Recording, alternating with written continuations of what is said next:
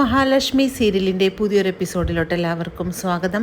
അങ്ങനെ വാമദേവനാണെങ്കിൽ സീമന്തിനോടായിട്ട് വന്ന് പറയുന്നുണ്ട് 15 ലക്ഷത്തിന് പകരം 60 ലക്ഷം രൂപയായിട്ട് കിട്ടാൻ പോകുന്നു പറയുമ്പോൾ സീമന്തിന് ഇത് കേൾക്കുമ്പോഴേക്കും ഞെട്ടിപ്പോകുന്നുണ്ട്. എന്നിട്ട് പറയുന്നു, ആ മഹാലക്ഷ്മി കണ്ണൻ്റെ ജീവിതത്തിലോട്ട് വന്നതിന് ശേഷം ഓഫീസിൽ നിന്നും എല്ലാ കാര്യത്തിൽ നിന്നും നമ്മളെ ആട്ടി പുറത്താക്കിയതാണ്.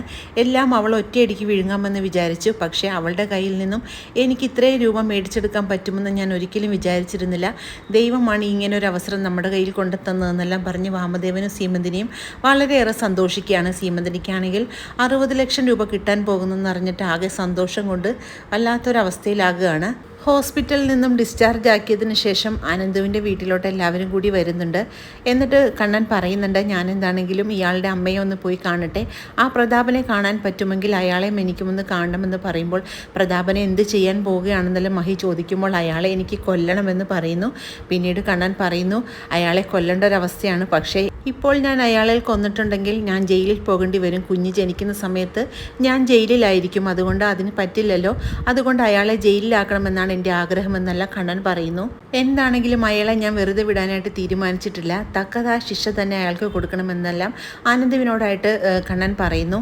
എന്നിട്ട് അനന്തു പറയുന്നുണ്ട്, നീ എന്താണ് ഉദ്ദേശിക്കുന്നതെന്ന് ചോദിക്കുമ്പോൾ അതെല്ലാം നമുക്ക് വഴിയെ ആലോചിക്കാമെന്ന് പറഞ്ഞുകൊണ്ട് കണ്ണൻ അവിടെ നിന്നും പോവുകയാണ്. പിന്നീട് മോഹിനിയുടെ അടുത്തെത്തുമ്പോഴേക്കും മോഹിനി കണ്ണനെ കാണുന്നത് വളരെ അത്ഭുതത്തോടു കൂടി നോക്കുമ്പോൾ, എന്താണ് ഇങ്ങനെ നോക്കുന്നത്, ഞാൻ ഉദ്ദേശിച്ച ആളല്ലല്ലോ വന്നിരിക്കുന്നതെന്നാണോ അമ്മ നോക്കുന്നതെന്ന് ചോദിക്കുമ്പോൾ വല്ലാത്തൊരവസ്ഥയിൽ തന്നെയാണ് മോഹിനി നിൽക്കുന്നത്. അങ്ങനെ മോഹിനിയോടായിട്ട് പറയുന്നുണ്ട്, മഹി ഹോസ്പിറ്റലിലായിരുന്നു എന്നും മഹിയെ ഞാനിപ്പോൾ ഡിസ്ചാർജ് ആക്കി അനന്തുവിൻ്റെ വീട്ടിൽ കൊണ്ടാക്കിയിട്ടാണ് വന്നിരിക്കുന്നതെന്നെല്ലാം മോഹിനിയോട് പറയുമ്പോൾ മോഹിനി ആണെങ്കിൽ ആകെ പേടിക്കുന്നു. മോഹിനി പറയുന്നുണ്ട്, അയ്യോ എൻ്റെ മോൾക്ക് എന്താണ് സംഭവിച്ചതെന്ന് ചോദിക്കുകയാണ്.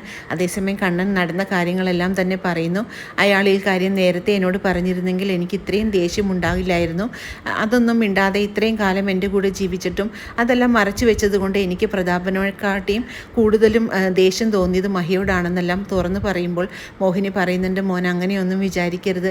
എൻ്റെ മോൾ ഒരുപാട് സങ്കടപ്പെട്ടാണ് ജീവിച്ചത്, എന്നോട് പോലും കല്യാണത്തിന് ശേഷമാണ് പറഞ്ഞതെന്നെല്ലാം പറയുമ്പോഴേക്കും അയാളുടെ കയ്യിലിരിക്കുന്ന അയ്യപ്പ വിഗ്രഹം അന്ന് എനിക്ക് അമ്മ തന്നതാണെന്നും അത് ആ അയ്യപ്പൻ തന്നെയാണ് എന്നെയും മഹിയെയും കൂട്ടി യോജിപ്പിച്ചതെന്നെല്ലാം കണ്ണൻ പറയുന്നത് കേട്ട് മോഹിനിക്ക് ആകെ സന്തോഷമാകുകയാണ്. പിന്നീട് അവിടെ നിന്നും കണ്ണൻ ഇറങ്ങുന്ന നേരത്ത് അങ്ങോട്ടേക്ക് പ്രതാപൻ എത്തുന്നുണ്ട്. പ്രതാപൻ്റെ ചികിത്സയ്ക്ക് ശേഷം പ്രതാപൻ്റെ എല്ലാ രോഗവും മാറിയതിന് ശേഷം പ്രതാപൻ തിരിച്ചു വരുന്ന വരവാണത്.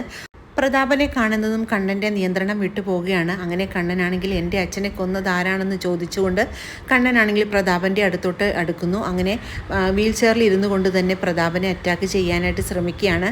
അങ്ങനെ പ്രതാപനെ തള്ളി മാറ്റുന്നൊക്കെയുണ്ട്. കണ്ണൻ്റെ ഈ പെരുമാറ്റം കാണുമ്പോഴേക്കും പ്രതാപനാണെങ്കിൽ ആകെ ഞെട്ടി വിറയ്ക്കുകയാണ്.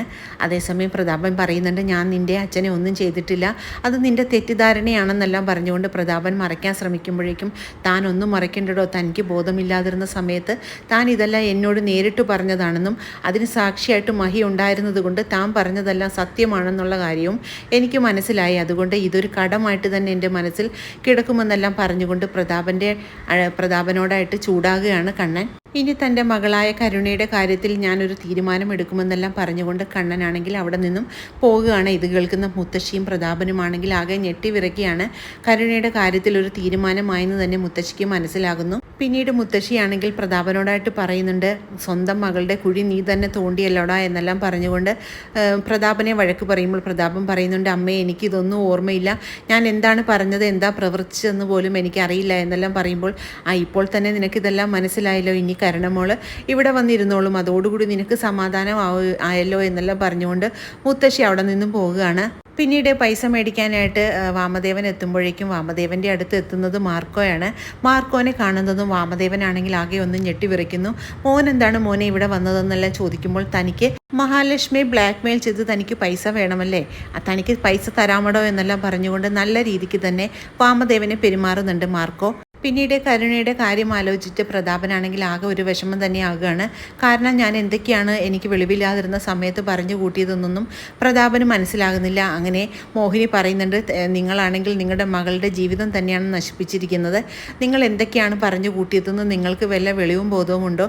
നിങ്ങൾ കണ്ണനോടും കണ്ണൻ്റെ അച്ഛനോടും ചെയ്തു കൂട്ടിയിട്ടുള്ള പാപങ്ങളുടെ ഫലമായിട്ടാണ് ഇപ്പോൾ കരുണമോൾക്ക് ഈ വിധിയെല്ലാം വന്നിരിക്കുന്നതെന്നെല്ലാം പറഞ്ഞുകൊണ്ട് മോഹിനിയാണെങ്കിൽ അവിടെ നിന്നും പോകുന്നു. പക്ഷേ പ്രതാപനാണെങ്കിൽ ആകെ ധർമ്മ സങ്കടത്തിലാകുകയാണ്. പിന്നീട് വാമദേവനെ കാണാനായിട്ട് നമ്മുടെ കരുണയാണെങ്കിൽ വാമദേവൻ്റെ വീട്ടിലോട്ട് എത്തുന്നുണ്ട്. എന്നിട്ട് പൈസ ചോദിക്കുമ്പോഴേക്കും വാമദേവൻ പറയുന്നുണ്ട്, എൻ്റെ മോളെ പൈസ കിട്ടിയിട്ടില്ല, അവളാണെങ്കിൽ ഹോസ്പിറ്റലിലായിരുന്നല്ലോ, ഹോസ്പിറ്റലിൽ നിന്നും അവൾ വന്നതിന് ശേഷം പൈസ തരാമെന്നാണ് പറഞ്ഞിരിക്കുന്നത്, മോൾക്ക് തരാനുള്ള 5 ലക്ഷം രൂപ ഞാൻ തന്നിരിക്കും, അതുകൊണ്ട് മോള് പേടിക്കേണ്ട, ഞാൻ മോളെ പറ്റിക്കില്ല എന്നെല്ലാം പറഞ്ഞുകൊണ്ട് കരുണ അവിടെ നിന്ന് പറഞ്ഞയക്കുകയാണ്.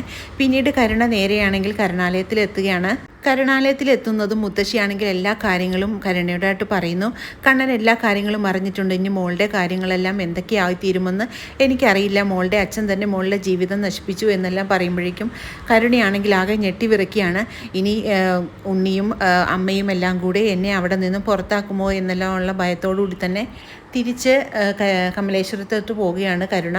കമലേശ്വരത്തെത്തുന്ന കരുണയാണെങ്കിൽ ആദ്യം തന്നെ കണ്ണനെ കാണുകയാണ്. അങ്ങനെ കണ്ണൻ ഈ വിവരങ്ങളെല്ലാം അറിഞ്ഞെന്നുള്ള കാര്യം മുത്തശ്ശിയിൽ നിന്നും അറിയുന്ന കരുണയാണെങ്കിൽ ആകെ ഞെട്ടിവിറയ്ക്കുന്നു. ഇനി എന്തൊക്കെയാണോ തനിക്ക് സംഭവിക്കാൻ പോകുന്നത്, ഈ വീട്ടിൽ ഇനി എനിക്ക് ജീവിക്കാൻ പറ്റില്ല എന്നൊക്കെ കരുണ വിചാരിക്കുകയാണ്. വളരെ ത്രില്ലിംഗ് ആയിട്ടുള്ള ഒരു എപ്പിസോഡുകളാണ് ഇനി വരാനിരിക്കുന്നത്. ഈ റിവ്യൂ ഇഷ്ടമാകുകയാണെങ്കിൽ ലൈക്കും ഷെയറും സബ്സ്ക്രൈബും ചെയ്ത് സപ്പോർട്ട് ചെയ്യണേ. പുതിയൊരു എപ്പിസോഡിനായിട്ട് നമുക്ക് കാത്തിരിക്കാം.